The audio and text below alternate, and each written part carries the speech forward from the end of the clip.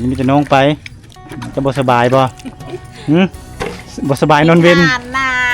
กี่ขาไปหาน้องขาวเฮ็ดขาวภาษาเจ้าเอิ้นหยังเทรียยังนี่เทียบรายมึงดูเทรียนี่เนาะไปใส่ผู้สาวน้อยพี่น้องบ้านอาลองนี่ซึ่งว่าประชาชนอยู่ในเขตนี้เพิ่นแซนจกมื้อนี้เอางามเอ้ยอันนี้คือลูกเอาผู้สาวให้นั่นแหละ1 2 3นี่เป็นเอกลักษณ์ของหมู่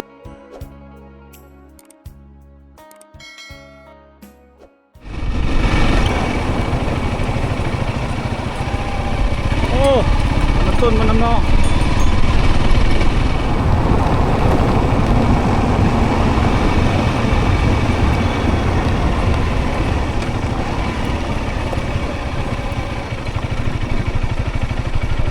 เลี้ยงงัวป่ะมาหลายเนาะเบิ่งแน่มาแต่จั่วบ้างได้อีสังแน่มากินนี่โอ้เทรียเนาะนี่เนาะเฮ็ดขาวภาษาเจ้าเอิ้นหยังเทรียยังนี่เทียบรายเลยขาวเนาะอันนี้ได้ลายบ่ใช่โอ้ได้หลายเนาะอาหารยามนี้พี่น้องพุ่นได้เห็ดขาวเนาะหน่อไม้พร้อมได้หน่อไม้ก็เอาหน่อไม้เนาะเห็นเห็ดก็เอาเห็ดพร้อมไปวางแรงนี่บ่อันนี้ลูกชายบ่โมเมนเนาะเอาบัดละมอนล้านเอาบัดผัวนี่ซะบ่ได้ไปนำผัวอยู่เฮือนอันนี้ก็ผัวอยู่เฮือนบัดเมียไปหากินเนาะโอ้บัดเมียไปหากินบัดผัวไปอยู่เฮือนเนาะสบายนะผัวเนาะ ใช่เจ้าได้อยู่บ่บายมึงดูเทียนี่เนาะเทียบรายบ่นี่แม่นโอ้เทียบรายเฮ็ดขาวโอ้เป็นยังคือเทียหัวนี่เว้ยบ่ไทยมวย ตัวไทยจะยาวไทยมวยไทยหัวแหละ โอ้นี่พี่น้องโอ้ได้หลายเลยเนาะนี่หน่อไม้เพิ่นได้นี่ได้โตเอาเมื่อเฮ็ดได้กินนี่บายต้มบ่ฮะโอ้ต้มเนาะพูน2คนโอ้เก่งเนาะผู้ชายก็หากินก็เป็นโอ้บ่ได้คิดว่าเอาเสียมไปขุดจิโร่บ่แม่นเนาะอ้าวเมื่อต้มกินได้มื้อนี้ได้จนได้ผัวท่าอยู่เฮือนนั่น ขอบใจเด้อ ไปหาหน่อมกหน่อไม้พี่น้องเนาะเด็กน้อยนี่เฮ็ดยังนี่วัยรุ่นนี่วัยรุ่นทำอะไรฮะพากันเลี้ยงงัวบ่เลี้ยงควายบ่บ่แม่นมาลินซื่อโอ้มาลินไก่เนาะโอ้มาพามากระบกกินผู้พี่น้องวัยรุ่นตามทางพอได้อยู่บ้านอาล่องนี่บ่ท่าเจ้ามาไก่เนาะคิดว่าพากันมาเลี้ยงงัวเลี้ยงควายบ่แม่นเนาะอันนี้ภาษาเจ้าเอิ้นนี่ยังนี่ลังกายแล้วมากระบกจ่าแล้วเนาะมันนี่เนาะแซ่บบ่กินมื้อเนาะงับขอบใจเด้อไปก่อนผมเล่นป้าแม่แล้ววันนี้ย่านบ่ฮะย่านยังเล่นป้าแม่แล้วงัวลาย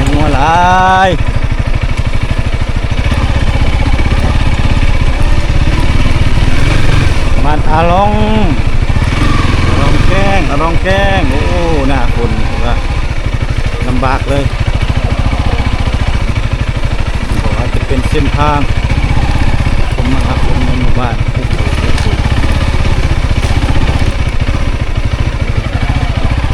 นอนนะ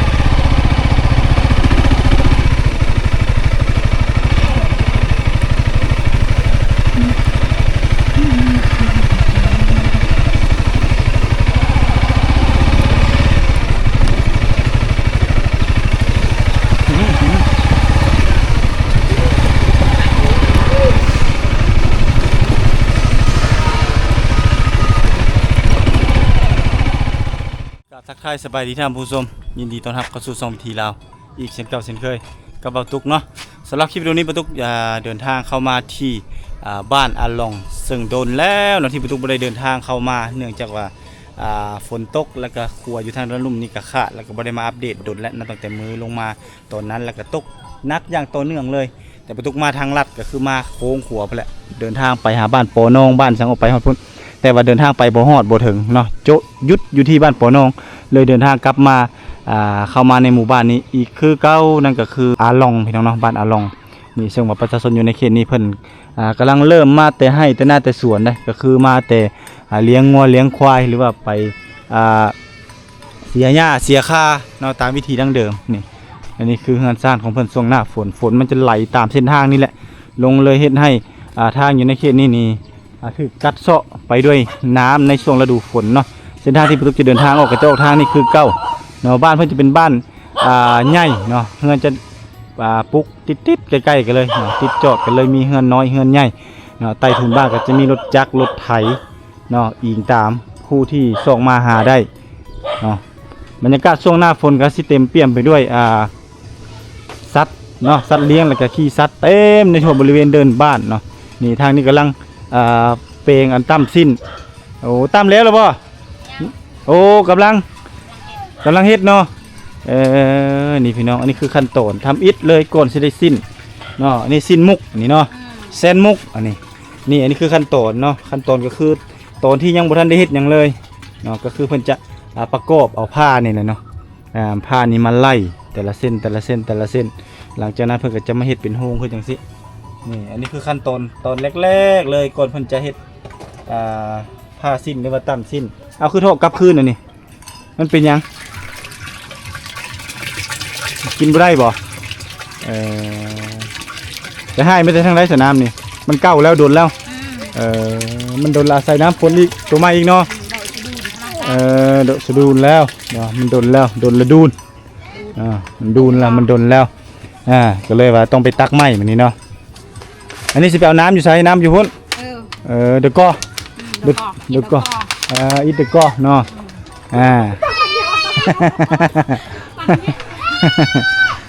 ดูตรงดอก โอ้มันโดนแล้วเนาะมันเลยเกิดคราบขี้เมี่ยงแล้วเพิ่นเลยจะไปให้เอาไม้เนาะหรือว่าไปอนามัยเนาะอนามัยไม้เมื่อไรจังเฮ็ดเนาะบรรยากาศหน้าฝนของบ้านอาลองก็สิประมาณนี้ฝนมีสัตว์สาวาสิ่งเวลาฝนตกปุ๊บเนาะช่วงนี้แล้วแม่นอาหารเจริญอาหารเนื่องจากว่าชาวบ้านมาแต่ให้แต่สวนจะเอามักโมมักแตงเนาะเครื่องปลูกของฝางที่ปลูกตามให้ตามสวนนั้นแล้วก็มากินแล้วก็ทิ่มลงเนาะเป็นเศษอาหารอย่างต่างๆกันนี่แหละจะเป็นอาหารให้แก่สัตว์สาวาสิ่งเนาะบ่ว่าสัตว์ไผก็ได้หมดเนาะอยู่ในบริเวณหมู่บ้านนี่แหละนะเพราะว่าเพิ่นจะปล่อยสัตว์เลี้ยง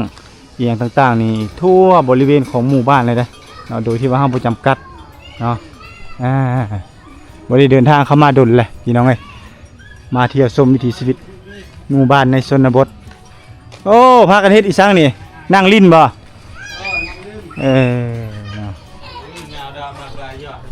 บ่ได้มาดนแล้วโอ้มาบัดนี้เปลี่ยนเนาะยามฝนเนาะอยากเปื้อนนิดนึงเนาะ สัตว์หลายงามให้ทะเลดงอะไรนั่นไผนี่ลูกสาวบ่นี่โอ้ชื่อแล้วนี่นางหยังก็นางโทบ่แม่นบ่มาแต่ไสเจ้านางโทเป็นไข่บ่เจ็บท้อง เจ็บท้องเจ็บท้องเนาะกินตำหุ่งกินส้มหลายกินส้มลายเลยบ่ได้ไปให้เนาะมื้อนี้พักบ่อันนี้บ่เฮือนเจ้าพี่บ่โอ้หลังนี้เนาะไม่ไผนะแม่จะบ่น่ะต่ำๆน่ะต่ำสินเจ้าก็ต่ำเป็นบ่เป็นแล้ว บ่คือเนาะบ่คือสมัยก่อนเนาะซ้ำนี้แล้วมันต่ำสิ้นเป็นมันเลยเนาะเดี๋ยวนี้เขาเจ้าบ่อยากเฮียนแล้วบ่เป็นคือการที่ขาดเขามีชุมพัดโอ้โทรศัพท์ลิ้นแต่โทรศัพท์แล้วระบบเป็นเลยเป็นโทรศัพท์ระบบเป็นเลยเป็นตำหูก็บ่เป็นเนาะบ่คือติกี้ได้ชาวก็ตำหูแม่นแล้วเว้าคันผู้บ่าวก่อนสิมาล้มก็ต้องตำหูเป็นเนาะนึ่งข้าวตักน้ำเป็นหมดเนาะเขาเจ้าจังล้มเด้แต่ก่อนเลยแล้วเนาะขวาลองนี่ไปแล้วไปแล้วเอาไปแล้วเนาะกระแสน้ำพัดไปดุลแล้วพี่น้องเอ้ยก็เลยได้ไต่ผู้แรกโค้งแล้วมื้อนี้เนาะโค้งไปใส่ขัวไม้พุ่นเนาะปีสิมานี่สิเฮ็ดอยู่บ่แม่จังว่าจากน้ำเขาแล้วจากน้ำเขาเลยเนาะจากน้ำเขาผู้เฮ็ดเนาะ บางทีก็เฮ็ดบางทีก็บ่ได้เฮ็ดแม่นบ่ เฮ็ดบ่มีไม้นะ เอาย่านแต่ไม้เนาะหมดเนาะเพราะว่าตัดทุกปีเนาะย่านไม้หมดแล้วก็แล้วบ่ได้เฮ็ดพี่น้องเอ้ยนี่แหละประชาชนชาวบ้านอาลงพี่น้องเนาะในช่วงหน้าฝนเนาะเพิ่นก็บางคนก็ไปเลี้ยงงัวเลี้ยงควายบ้านนี้ยอมรับเลยว่าสัตว์เลี้ยงเพิ่นหลายเลยเนาะตามทางนี้มีแต่งัวมีแต่ควายเนาะงัวควายเบ้ผู้คนเด้มาเลยอันนั้นก็เบ้เนาะยามฝนนี่อันตรายนิดนึงเนาะขอบใจหลายๆเด้อพูนไปเบิ่งแม่เจ้าตำสิ้นก่อนเด้อเลาะบรรยากาศพี่น้องเนาะวิถีชีวิตของชาวบ้านในชนบทเงินแถวนี้เขาจะปลุกจุ่มติดกันเลยได้โอ้กำลังตำสิ้นเนาะนี่เนาะลูกสาวผมว่ามาตำช่วยเนาะแม่เนาะสบายดีกำลังตำสิ้นทอผ้าเฮ็ดผู้เดียวเลยเนาะนี่เนาะแซนจกมาเนี่ย ฉันตก งามบ่ งามเอ้ย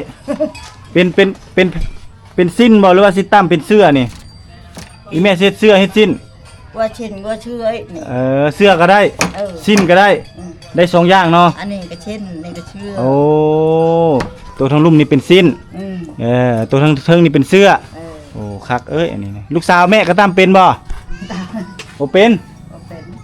คือบ่สอนให้ซะนะแม่บ่ได้สอนบ่บ่สอนบ่สอนเขาก็บ่เป็นแหละแม่ สอนให้ลูกสาวแม่ให้ลูกสาวตำเป็นวันว่างๆคันบ่ได้ไปให้ไปสวนบ่ได้ไปเสียหญ้าเข้าหญ้ามันแล้วมันมาตำนี่แหละเนาะแม่นบ่เมื่อได้ให้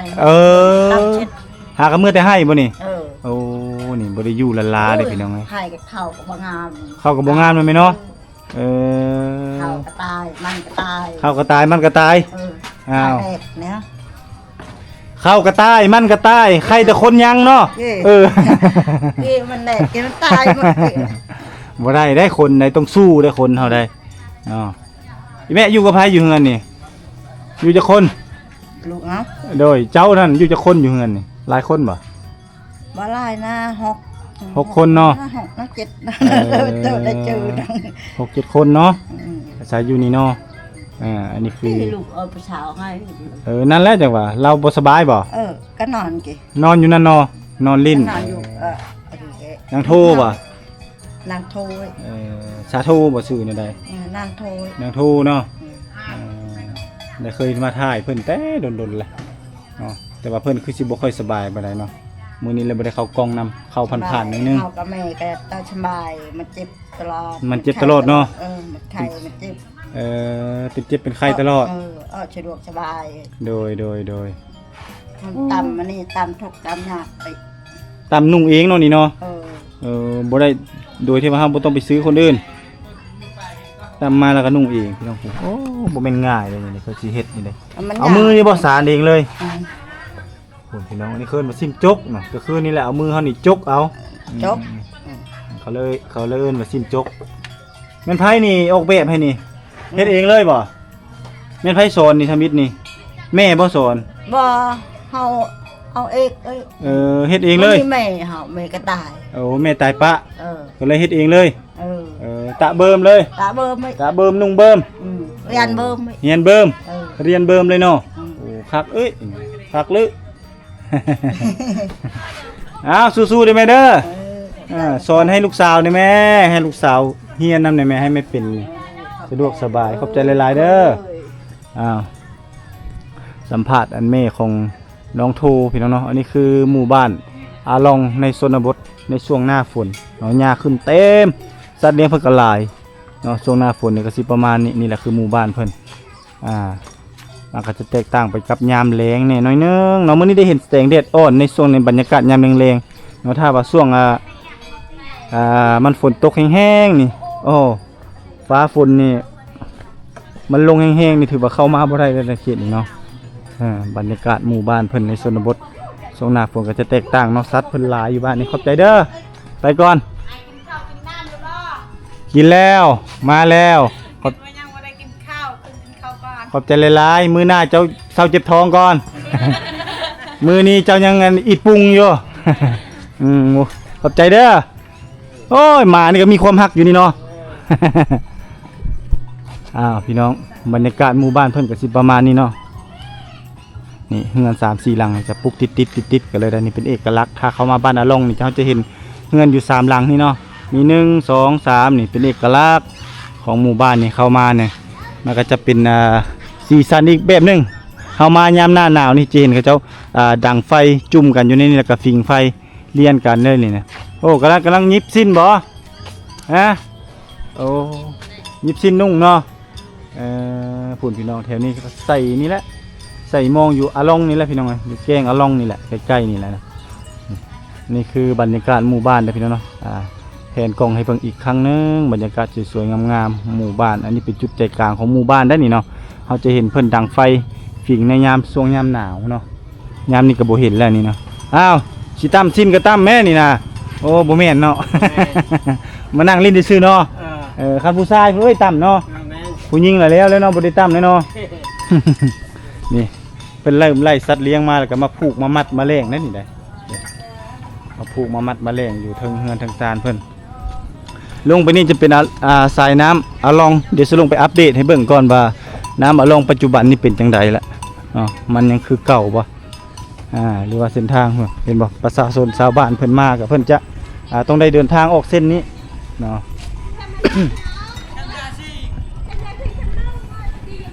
นี่เป็นกำลังเดินทางนี่เนาะเดินทางไปบ้านใดกำลังเฮ็ดยังฮะดังไฟเฮ็ดยังนี่ลักอายบ่ลักอายเนาะลูกไผ่บ่ลูกสาวไม่ห่างบ่เป็นแม่ห้างบ่ได้ห่างคือกระทอ ลักอายเนาะโอ้ยบ่ต้องอายเด้อลูกสาวเด้อบอกลูกสาวเด้อไม่เท่าเด้อมือหน้ามาถ่ายคลิป นี่โอ้น้ำไหลนองแห้งขนาดเนาะโอ้สินแม่เพิ่นต่ำคักเนาะแม่เนาะสินเจ้าต่ำคักเนาะงามเนาะคักนี่เนาะ สินนี่คักเว้ยเบิ่งนี่เด้อยิงนี่เด้อโอ้ผู้พี่น้องสินเพิ่นเป็นสีดำปนสีขาวเนาะนี่ตัวสินเอกลักษณ์อันนี้มันขึ้นกับแม่เพิ่นเฮ็ดเองเนาะบางคนก็จะเอายาวๆจุดสุดพุ่นก็ได้เนาะบางคนก็จะต่ำสั้นๆคือจังซี่อิงตามการ์ตูนเด้บางเทื่อแม่เพิ่นน้อยเพิ่นก็เฮ็ดต่ำสั้นๆนะคือจังซี่เอาเนาะคันไผจะได้ยาวๆก็เฮ็ดยาวๆเนาะอีเมะเลยเฮ็ดสั้นๆเนาะเฮ็ดยาวได้อันนี้เฮ็ดสั้นๆเอาเฮ็ดไปขายบ่ให้นุ่งเองหนูก็นุ่งขายขายมีคนซื้อก็ขายบ่มีคนซื้อก็นุ่งมาแต่ทั้งเลอนี่มาแต่ให้อยู่เฮือนบ่ได้ไปเลี้ยงงัวบ่ได้ไปเสียหญ้าบ่เท่าเลยเนาะให้ลูกไผไปเอาเนาะ เท่าอยู่เฮือนสูบยาเนาะพูนพี่น้องยกหืด เรียงบอกปอก นี่พี่น้องได้ยาสูบเจ้าก็สิเอานะฮะหักไม้สังไพเนาะเอาตอไม้สังไพมาเฮ็ดแล้วก็ยัดยาใส่ในนั้นเนาะแล้วก็โตใส่กันแล้วก็เอากระไฟจูดตัวเลย ขอบใจเด้อเบิ่งงัวควายสัตว์เลี้ยงเพิ่นเนาะเริ่มมาแต่อันนี้แม่นไปซื้อข้าวมาได้นี่เนาะไปซื้อข้าวแต่เมืองเนาะนี่เขาเจ้าเริ่มมืดเข้าเลยพี่น้องนี่ยามนี่พากันไปซื้อข้าวซื้อน้ำมาแต่เมืองพุ่นแหละเนาะ โตน้ำไหลแห้งเถอะเว้ยพุ่น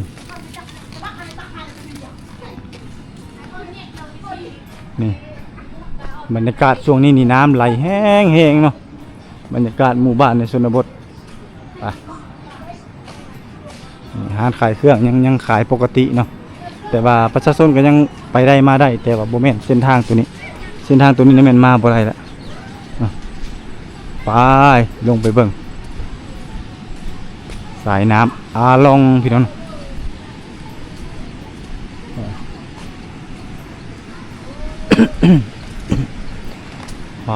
ตัวมวลน้ำมหาศาลกำลัง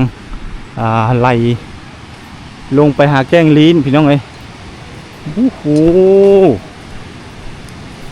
คือว่ามาไกลบ่ได้เลยแหละเขตนี้พี่น้องเอ้ยนี่ตัวนี่คือสายน้ำเซละน้องเนาะบ่อนที่ว่ามีขัวแต่ก่อนนั่นเด้ เนาะเดี๋ยวนี้ปัจจุบันนี้แม่นบ่มีแล้วน้ำหากอะไรหากกระแห้งเหือดลงแน่ได้นี่เนาะมวลน้ำมหาศาลเลยไหลมาแต่พูดละตะโอยพูดแหละเนาะนี่ขัวแห้งนี้ถูกพัดไปเรียบร้อยแล้วพี่น้องเนาะเรือเป็นเพียงความทรงจำหรือว่ารูปภาพอดีตเนาะที่เราเคยเห็นสะพานไม้ไผ่สวยๆงามๆที่ทอดยาวอยู่ในบ้านอาลองแห่งนี้หรือว่าแก้งอาลองแห่งนี้พี่น้องเนาะนี่เพราะว่าจะมี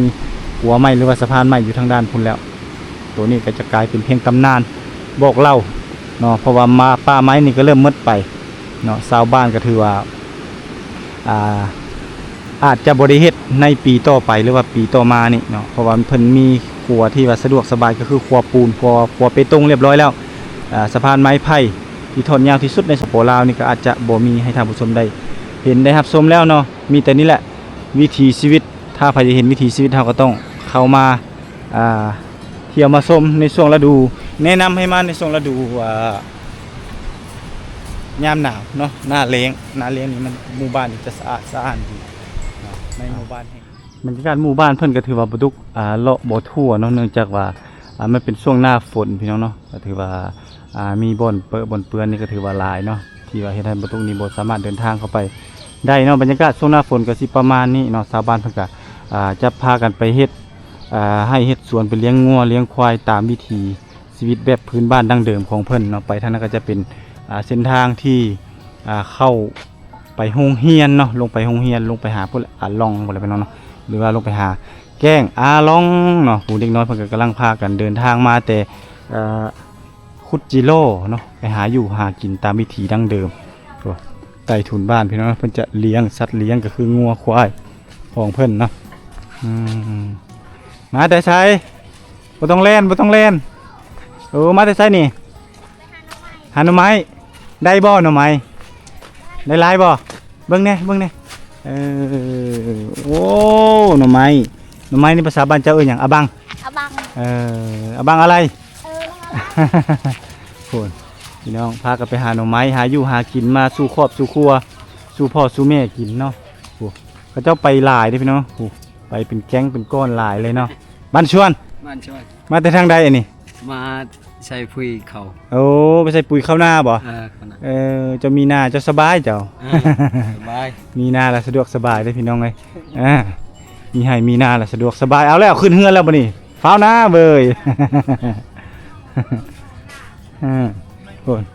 ทุนบ้านก็จะมีอย่างนั้นเนาะจะโดยบ่อ้าวเชิญแซ่บโอ้นี่น้อยนี่ไปหาหน่อไม้ได้หลายบ่เจ้าอีนางโอ้เต็มกระเป้เพิ่นน่ะเนาะจักน้อยบ่หลายหามาสู่พ่อสู่แม่สู่ครอบสู่ครัวกินโอ้ทางนี้กำลังเฮ็ดอีสังนี่กำลังตะลุมบอลกินข้าววะกินส้มส้มหมึกแตงส้มหมกโมเนาะนี่พี่น้องอาหารยามนี้ก็คือนี่แหละหมักแตงหมักโมเนาะอยู่ให้อยู่สวนเอามาแล้วพากันสัวกินเน่นี่พี่น้องคักเนาะเต็มเลยเนาะเดี๋ยวผมเอากินนี่พบแล้วพ่นอายไปแล้วเนาะหนูพี่น้องมีสิ้นพร้อมเนาะนี่เนาะตั้มสิ้นเนาะเบิ่งเด้อสิ้นนี่เด้อนี่อันนี้คืออาวุธหากินเนาะนี่เนาะอนุอันนี้เนาะแม่นบ่ภาษาไทยเจ้าเอิ้นอนุอันนี้คักได้ตัวนี้ได้โดยที่ว่าเฮาบ่ต้องจับใกล้ๆคือจังซี่ได้นี่เขาจะมัดไม้ใส่ยาวๆจังซี่เนาะแล้วก็ซ่อนอยู่ไกลๆก็ได้เนาะซ่อนอยู่ไกลๆอยู่แต่กระฟุยพวกก็ได้เนาะเวลาเฮาลงน้ำลึกบ่ได้เห็นเด้เฮาก็ซ่อนเอาเลยนี่ตัวนี้จะเป็นสิ้นเนาะอันนี้เขาเรียกว่าสิ้นจกนี่เขาเรียกว่าแซนจกเนาะภาษาเขาเจ้าภาษามังกรเรียกว่าแซนจกนี่ก็คือสิ้นจกลายงามๆเนาะเป็นโดยการออกแบบของไอเดียของไผของมันว่าง่ายๆซะจะบ่คือกันได้เฮือนแต่ละหลังนี่จะบ่คือกันในการออกแบบสีแม่หยังต่างๆนี่เนาะนี่จะเป็นผ้าฝ้ายก็คือเขาเจ้าจะซื้อฝ้ายจากในเมืองแล้วก็มาตั้งมาเฮ็ดถือว่าใช้เวลาดนเติบเนาะเพื่อสิได้พื้นนึงก็จะมีสิ้นมุกแล้วก็สิ้นจกจะอยู่ทางด้านนั้นเนาะมีอยู่2บ่อนเนาะค่อยมักแต่อันนี้ของท่าเจ้านี่แหละคักเนาะนี่เนาะนี่อันนี้มังน้ำเต้าพี่น้องเจ้าเอิ้นเป็นหยังอรวยบ่อรวยเนาะ นี่อร่อยก็คือน้ำเต้าตู้เย็นเบอร์5เนาะว่ายามร้อนยามหนาวตั้งอยู่กลางแดดนี่ก็เย็นคันตัวนี้แต่ตัวนี้นี่ตั้งอยู่กลางแดดนี่ร้อนเลยพี่น้องเอ้ยแต่ตัวนี้นี่เย็นเลยเนาะหรือว่าเฮาเอิ้นตู้เย็นเบอร์5อันนี้คัดสรรมาอย่างดีชาวบ้านนี่บ่ธรรมดาหัวคิดของเพิ่นเนาะเอามาน้ำเต้านี่เนาะที่ว่ามันห้าวหรือว่ามันแก่แล้วนี่เอามาควัดเอาในมันออกหลังจากนั้นแล้วก็เอามาล้างข้างในแล้วก็เอามาเฮ็ดมาใส่เป็นบ่อนใส่น้ำอยู่น้ำกินเนาะอันนี้เพิ่นกินใส่ครกเลยได้แบบนี้ได้สูตรเพิ่นเนาะสูตรถ้าเจ้านี่ปรุงใส่ซังแน่นี่ เด้ ปลาแดก โดย เกลือเป็นนัวไปซะเลยเนาะ แม่น มะเผ็ดเรียบร้อยเนาะนี่ได้ค่อยก็เคยกินคือกันต่ออย่างน้อยส่วนหมกหมูแม่พาเฮ็ดกินอันนี้แหละ แซ่บคือกันนะขอบใจเด้อ โดย นี่อันนี้เฮือนครัวเก่าพุ่นน่ะผู้ทางด้านเทิงผู้บ่กล้าขึ้นไปเนาะเห็นมักน้ำเต้าคักอะลีเนาะผู้ห้อยตรงเล้งอยู่พุ่นเนาะแล้วเจ้าก็จะพากันไปตักน้ำมาแล้วก็จะมาห้อยไว้จังซั่นเนาะบ่ได้ก็เอาไปอยู่ไปกินนี่แหละคือวิถีในชนบทพี่น้องในช่วงหน้าฝนเนาะบรรยากาศดีๆเนาะที่เก็บเอามาฝากมาต้อนในช่วงยามนี้ในที่สุดเราก็ได้ถ่ายน้องสาวเพิ่นบาดนี่เนาะไผเป็นคนไปหาหน่อไม้นี่ น้อง เจ้าเองบ่ น้อง น้องของเจ้าอีกโอ้ไปหาหน่อไม้โอ้บ่แม่นผู้เมื่อกี้นี่บ่ผู้ค่อยสัมภาษณ์เมื่อกี้นี่บ่จักนี่แม่นบ่ เมน เจ้าบ่ได้ไปเนาะ ไป มีแต่น้องไปเจะบ่สบายบ่หึบ่สบายนอนเว้น ผ่านนา ขี้ข้าน ไปหาหน่อไม้ ชาวโทขี้ข้านหน้าพุ่นนะบ่อยากไปหาเนาะมีน้องไปเลยเนาะก็เลยบ่ได้ไปพี่น้องเอ้ยนี่หาหน่อไม้มาอันนี้คืออาหารหลักของเพิ่นเด้อนี่เนาะโอ้เริ่มจากห้วยเลยเนาะหน่อไม้นี่เนาะบ่ได้เฮ็ดหน่อไม้ถุงไว้บ่ชาวโท ยังบ่ได้ตอนไหนหน่อไม้ตอนนี้ยังหอกบ่หลาย ยังบ่หลายบ่ยังบ่หลายอยู่บ่ยามนี่คือเห็นหาไปขายอยู่ในเมืองคือหลายอยู่เขาเจ้าหาไปขายทางนี้ยังบ่หลายบ่นี่พี่น้องหน่อไม้อันนี้คือมีแต่หน่อไม้ไล่มาเนาะโอ้ส่วนหลายนี่ถ้าเจ้ามักเฮ็ดกินนี่ถ้าเจ้าเฮ็ดจังได๋แกงบ่หรือว่าต้ม ต้ม ส่วนหลายต้มบ่ค่อยได้แกงเนาะ แกงคือกัน แกงคือกันบ่ใส่อิหยังแน่ถ้าเจ้าแกงฮะ บ่ใส่หยังใส่แต่เป็นนัว เป็นนัวเกลือ เผ็ด เผ็ดแล้วก็ข้าวเบื่อแล้วเนาะบ่มียานางแม่นบ่ บ่มี บ่มีปลาบ่มีกระดูกหมูบ่ได้ใส่เลยบ่มีคนแกงให้กินเนาะเลยบ่ฮู้อยู่เนาะแต่ส่วนหลายบ่ค่อยมันต้องได้ซื้อหลายอย่างแม่นบ่นี่ยอดมะอื้อมะบวบก็มีนี่ตามนี้ใส่ก็แซ่บคือกัน เคยใส่ เคยอยู่เนาะคันนั้นปลาแดกได้ใส่อยู่บ่ปลาแดกบ่มี เวลาใส่ถ้าบ่ได้คลามใส่ บ่ได้คลำละใส่โอ้พาเจ้านี่คักเนาะพันขี้หินก็เข้าเนาะ สบายเนาะสะโทมีน้องไปหามาให้กินมีแต่ตอนแรกแล้วกับต้มแล้วก็จำเจียวเนาะตำเจียวแล้วก็ต้มพี่น้องเนาะนี่แหละคือวิถีชีวิตยามแรงของน้องเพิ่นช่วงนี้แม่บ่ได้ไปใส่มันบ่อยู่แต่เฮือนบ่บ่ได้ไปเสียยามันบ่แล้วหรอบ่ ยังบ่ได้ฝนตก โอ้ฝนตกพักก่อนเนาะ เมื่อคืนนี้ก็ฝนตกซ้ำ มันคือฝนตกแห้งบ่แห้งแล้วเนาะฝนตกแห้งๆน้องสาวของเราเลยบ่ได้ไปใส่นี่โอ้ได้บักหลายๆนี่มีล้างต้มมาเลยบ่โอ้สิล้างต้มหมดบาทเดียวไม่ได้นี่เนาะอยู่กันจะคนอยู่เฮือนนี่หลายคนบ่6 คนเนาะมีพ่อพร้อมมีแม่แล้วก็เจ้า น้อง น้องอีกเนาะเจ้าเป็นเอื้อยกกบ่ พฤติการ ผู้กลางเนาะยังแต่เจ้าบ่ทันเอาผัวผู้ใหญ่นะน้องใครก็เอาผัวแล้ว เอาแล้วน้องเจ้านะเอาเจ้าคือบ่ทันเอาซะนะยังบ่พร้อมเนาะ มีผู้มักมาบ่มีผู้มักบ่โอ้สิมีให้แล้วเนาะผู้จบผู้งามปานนี้บ่มีผู้มักจังไดเนาะอยู่ให้แม่นั่นก่อนอยู่ให้แม่กินแห้งก่อนจะน้อยเอาผัวแล้วแม่บ่ได้กินแห้งแน่เนาะ นี่แหละคือวิถีชีวิตของน้องสาวเพิ่นได้มาสัมภาษณ์น้อยหนึงก็ยังดีน้องสาวเพิ่นกำลังล้างหน่อไม้เนาะกำลังปอกหน่อไม้หลังจากที่น้องสาวเพิ่นไปหามาเนาะแล้วก็น้องโทเพิ่นกำลังขึ้นไปต้มนั่นนี่ดังไฟต้มหน่อไม้สู้แม่สู้น้องสู้ครอบสู้ครัวพ่อแม่กินเด้อบัดนี้เด้อขอบใจเมื่ออาลีละบัดนี้เดินทางกลับก่อนเด้อขอบใจหลายๆอันนี้คือเฮือนน้องสาวเพิ่นพี่น้องเนาะ พูนโอ้ทางนั้นกำลังมาแต่ลิ้นน้ำแกงบ่จักนะนี่โอ้คักเนาะนี่เนาะบ่ได้เห็นโดนแล้วพี่น้องเนาะอันนี้เนาะอันนี้ก็บ่ฮู้ว่าแม่นอีสังนะเขาเอิ้นว่าอิ่วบ่อันนี้เนาะตัวเฮ็ดอิ่วฝ้ายอิ่วหยังนั่นเด้นี่เนาะเขาเอิ้นหลาบ่เอิ้นหยังเนาะพี่น้องคันฮู้แล้วบอกมาเด้อนี่ยังมีลงเรือให้เห็นอยู่พี่น้องแบบเก่าแก่ดังเดิมแท้ๆได้นี่ได้ตัวหน้าไปก็อาจจะบ่มีละเพราะว่าเขาเจ้าอาจจะบ่ได้เก็บบ่ได้มีหั่นชนเผ่ามังกรเป็นชนเผ่าที่มีถุนบ้านก็จะต่ำสิ้นเป็นเอกลักษณ์เนาะนี่ตัวสิ้นมุกนี่จะบ่ได้เปลืองอันไม้เหยียบปานใดเนาะจะมีแต่2อันสังเกตตัวบ่แม่นเนาะตัวสิ้นจกนี่จะบ่เปลืองเนาะจะมีอันเหยียบไป2อันแต่ถ้าสิ้นมุกนี่จะมีหลายอันพี่น้องผมอันเหยียบประมาณ2 4 6 8 10อันพี่น้องเนาะ10อันอิงตามเนาะโอ้อันนี้2ผัวเมียได้นี่เนาะเบิ่งนี่เนาะบ่แม่นบ่เอาแล้วคิดว่า2ผัวเมียบ่แม่นเนาะคือว่าย่างมานำกันต้องแต่งนี่พี่น้องอันนี้เพิ่นเฮือนบนเพิ่นต่ำสิ้นนะเนาะนี่เนาะโอ้คักนอกกอกยาจ้ะเนาะ สูบยาไปไหนเลี้ยงบกบ่โหดเลี้ยงบกพี่น้องเนาะสูบยา